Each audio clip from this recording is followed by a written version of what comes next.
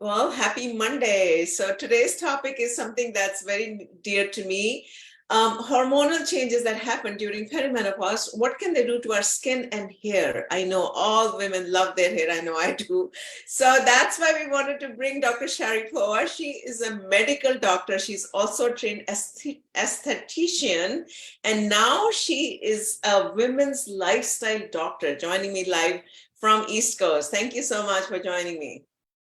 Thank you very much for inviting me. Yeah, as I said, I'm perfect speaker today on the topic of hormones and skin because I was trained as OBGYN, but also I was always passionate about skin, and now I'm a licensed esthetician. So, and I know both are very important topic for specifically for women, for our self-esteem and life. All right, so let's just start with, we all know now the estrogen and progesterone dance that's happening when women are going through perimenopause. So we need to understand the impact that it can have on hair thinning. Sometimes a lot of women start that on the skin. What is that impact that starts having? And then after that, we want to learn about what can women do, right? Right. So menopause starts in average age 50, 52, and a lot of women start seeing different changes in their appearance, in their skin, hair. But actually, changes started long before that in perimenopause. That might happen in like 10 years before the menopause. And I believe that all hormones, when you come to menopause, affected by your lifestyle, what you do, and what happened with your hormones much more before even perimenopause. So how you live your life, how your hormones were before that. Did you use stimulation of your hormones, or it was low your hormones during your reproductive age? So everything come to the end in your menopause, and we feel like sometimes like our body's crashing. And we know that estrogen is very powerful hormones for our skin and our hair, and it's promote collagen homeostasis. It means that it stimulates collagen and also decrease breakdown of collagen. So keep collagen is that kind of homeostatic balanced way. And that gives skin elasticity and firmness and result in useful appearance as we have in our reproductive age.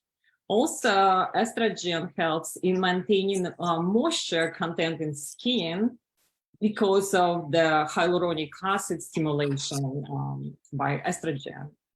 And support also estrogen support healthy hair growth, and because it's prolonged a hair growth phase, we know that hair has different phases. So first phase is growth of hair, and second phase maybe stagnation, and third phase is shedding. So the estrogen is stimulate and prolong that hair growth, and we see luscious hair in young people. And even during pregnancy, where we have a low estrogen, we see some shedding, and this is temporary. So, and after you have a baby and hormones get back to balance, our hair start growing again. So that's what happened in menopause. Women lose hair, reduce and increase their shedding. So, and how low estrogen affect on other function in the body, I'm not talking today. So today I specialize, and we know it's affect many functions like bones and mood and everything else. And of course, when we talk about estrogen decrease, we look at it in comparison to progesterone. We cannot look only estrogen itself, but progesterone is more kind of moody hormone, so it's affect mostly our neurological function in the body, and estrogen is more like lashes, the feminine features and hairs and skin. So with low estrogen, as we see, skin decrease, the production of collagen decrease, and skin become more wrinkle looking, also fine lines, and decrease supple appearance, so skin become more dry, and thinning of the skin due to decrease the dermal layer. So with age, dermal layer decrease because of the collagen and hyaluronic acid in it decrease. And also increase the layer on the top of the skin, on the top of the epidermis. There is a striatum corneum layer, which is created by dead cells on the top. So if we don't shed those striatum corneum or dead cells from the top because of our metabolism change, the metabolism slows.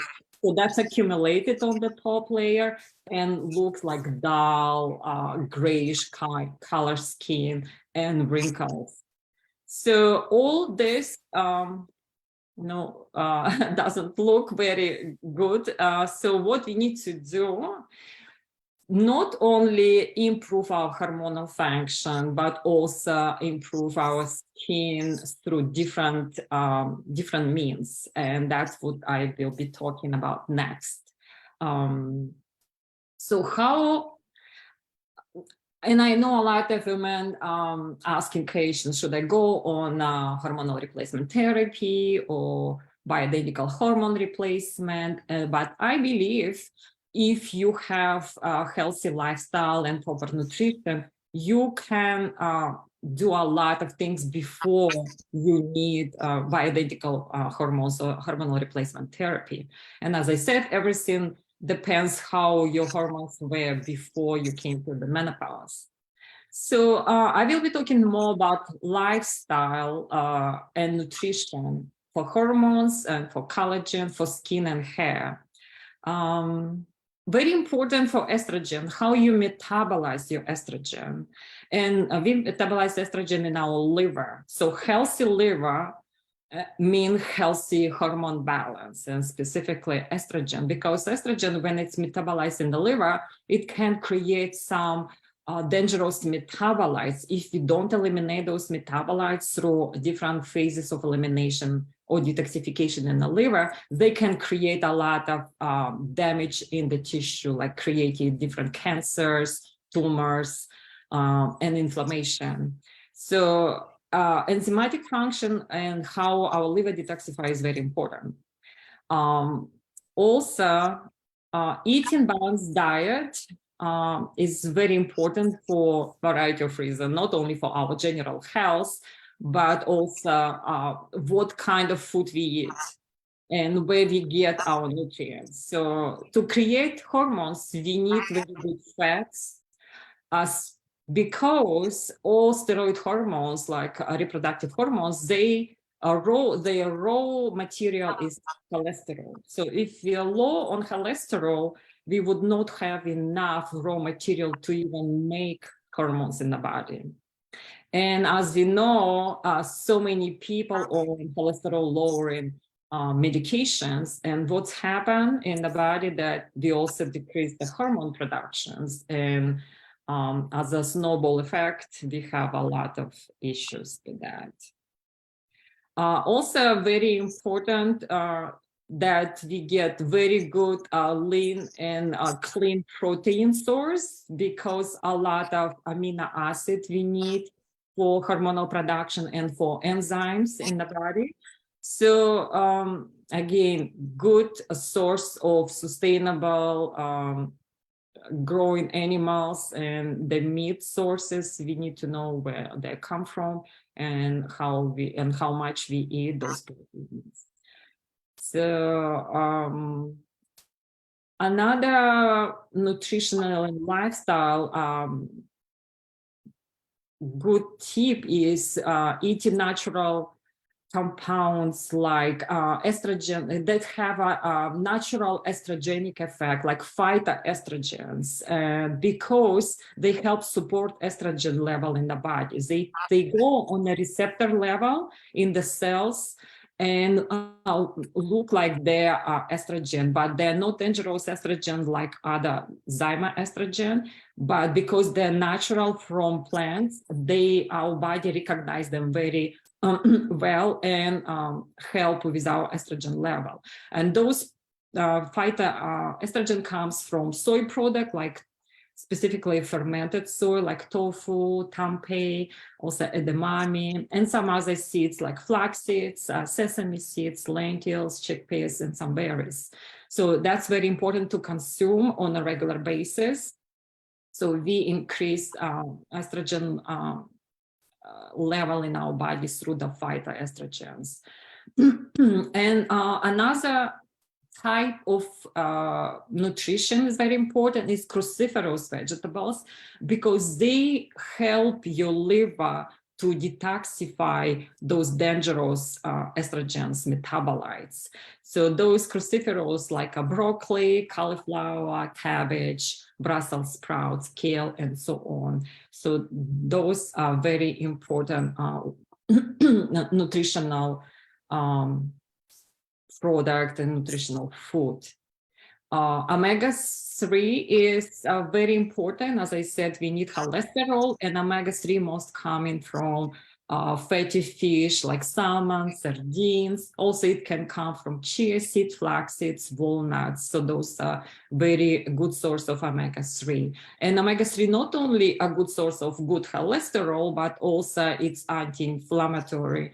And as we know, inflammation is also another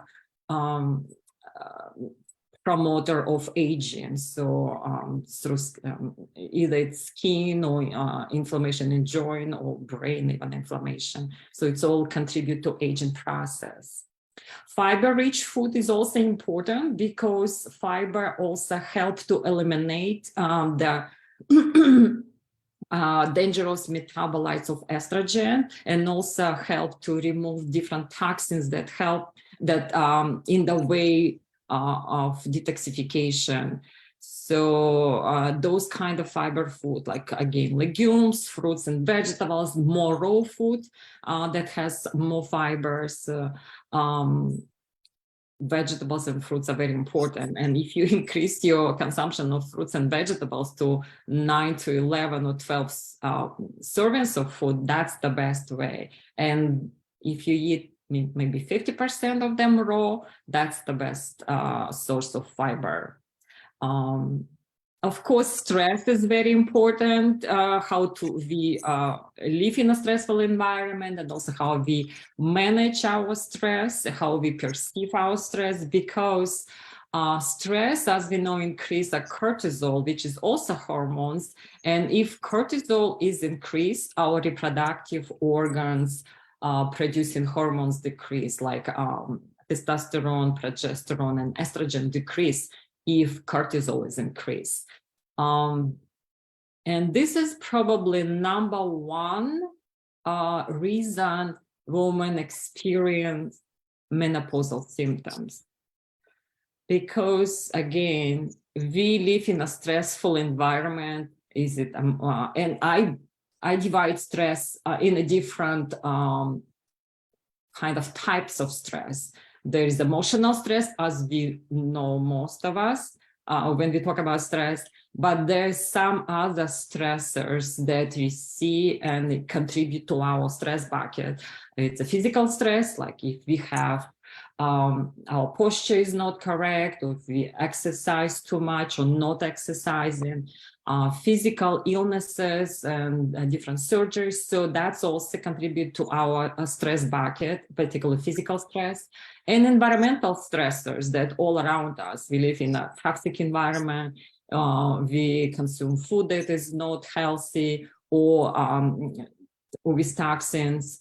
So this is all environmental, or I call it chemical stressors. And sometimes our air, water, and even home environment is not clean for our, sometimes we don't even realize it, but mycotoxins and EMF and all that contribute to our stress bucket, and specifically environmental stress.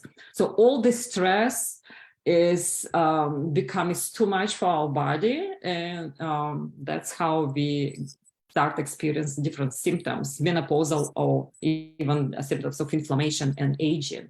And that is speed our aging process pretty much very fast. So we need to learn how to manage stress. Sure. Yeah. no, I think this is great.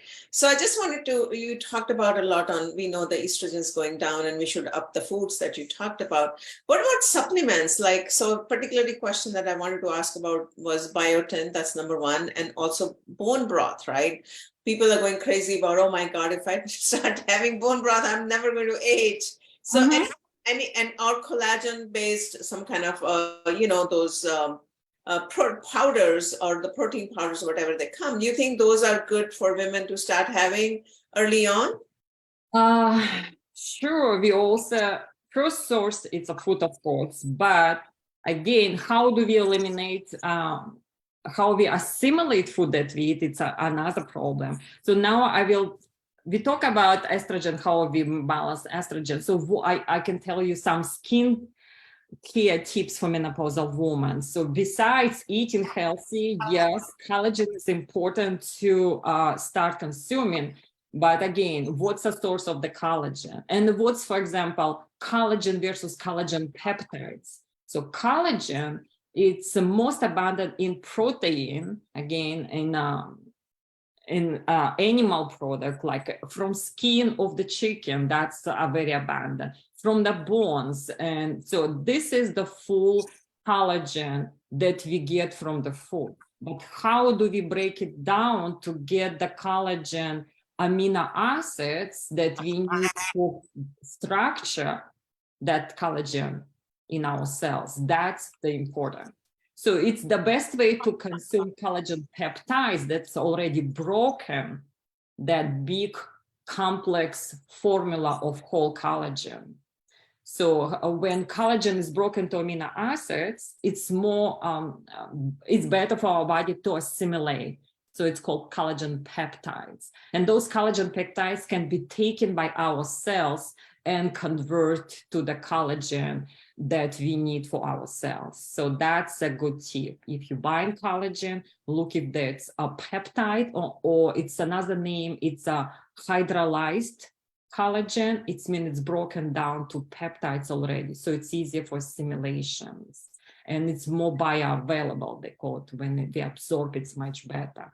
So that's one tip of the you can add to your diet, or if you don't consume enough protein from your regular diet that you follow. Also, going through the different skin routine is important. So if we use hot water, it's dehydrate our skin. So use maybe cold water to wash your face. So use ice cubes in the morning to wake up your skin, which is stimulate collagen and also increase your circulation. Use gentle products, also moisturizing during the day is very important, and exfoliating maybe once a week with different light scrubs or enzyme peels. And use products that contain hyaluronic acid in that product that support collagen productions. And also maybe not overuse the sunscreen, but using protective clothing to protect from the damaging sun. But we need the vitamin D for our skin to have good, healthy skin. Hyaluronic acid is another reason we losing our skin suppleness and looking younger. And we know that hyaluronic acid helps us to retain water. So, and we produce hyaluronic acid in our extra matrix, like in the between cells. That's where the hyaluronic acid works. So, and our body produces it on demand. So when we need it more moisture and hydration, it's produced. And when we don't need it, we don't produce. But with age, we decrease production of hyaluronic acid again because the synthesis of decrease due to enzymatic function that we need for that, and also some amino acid that we don't assimilate and digest with age that we need for hyaluronic acid production. So and also for the hyaluronic acid production, we need some cofactor, for example, minerals like magnesium and manganese, and some vitamins, very important. So you asked me about the biotin. Biotin is very important specifically for our hair And biotin is vitamin B7, and it's very important in not only in skin and hair, but many function in the body, and specifically metabolism, carbohydrate metabolism, fat metabolism, and protein metabolism. And it's essential vitamin for our hair follicle, for health of our hair follicle, and facilitate keratin synthesis. And we know that our hair, it's mostly keratin. So where we find biotin, again, try with from the food first. It's from eggs, comes from eggs, organ meats, fish, seafood, and legumes. And eat variety of fruits and vegetables because they have cofactors and vitamins that we need, all kind of enzymatic functions that also processes in the body. So food rich of proteins and different source of proteins. Of course, we need to drink a lot of water, because if you don't have water, hyaluronic acid cannot produce what we don't give it. So it supports hydration, but does not produce water. So we need to drink at least half of our weight in ounces. That's amount of water minimum. We need to drink, if we drink coffee, which is dehydrated, we need to drink more water. If we exercise, we need more water. So water is very important for our skin, how it looks, and for our hair, how they grow. So and also clean your hair, use the clean product which has no toxins, because we accumulate toxins in our hair as well. If you do hydrating mask for the hair at least once a week would be helpful, and vitamins and minerals in your hair product, very important as well. So if I can recommend a company that I use myself, it's called Pure Haven, which is organic. They use only organic and clean product for skin, and they have amazing shampoo that I use. It smells like herbs because they made from herbs. So it's very potent and very clean and very useful. So that's what I use. All right. Well, there's a lot of information you gave. I think it's amazing.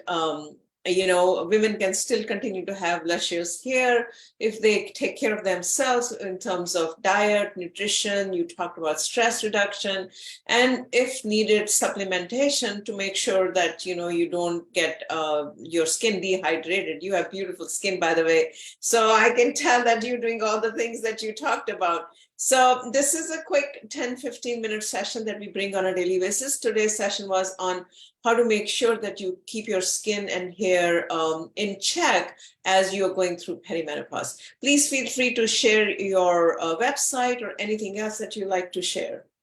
Sure. My website is holisticexpert.org, and I offer a 30 minutes free consultation if anybody needs that. And you can find me on social media, Holistic Expert or Larisa Sharipova. All right. Well, thank you so much, Dr. Sharipova, for coming here and educating all the women. We are launching programs, so stay tuned. And thanks a lot for your support. Bye-bye. Thank you. Thank you very much for inviting me. Thank you.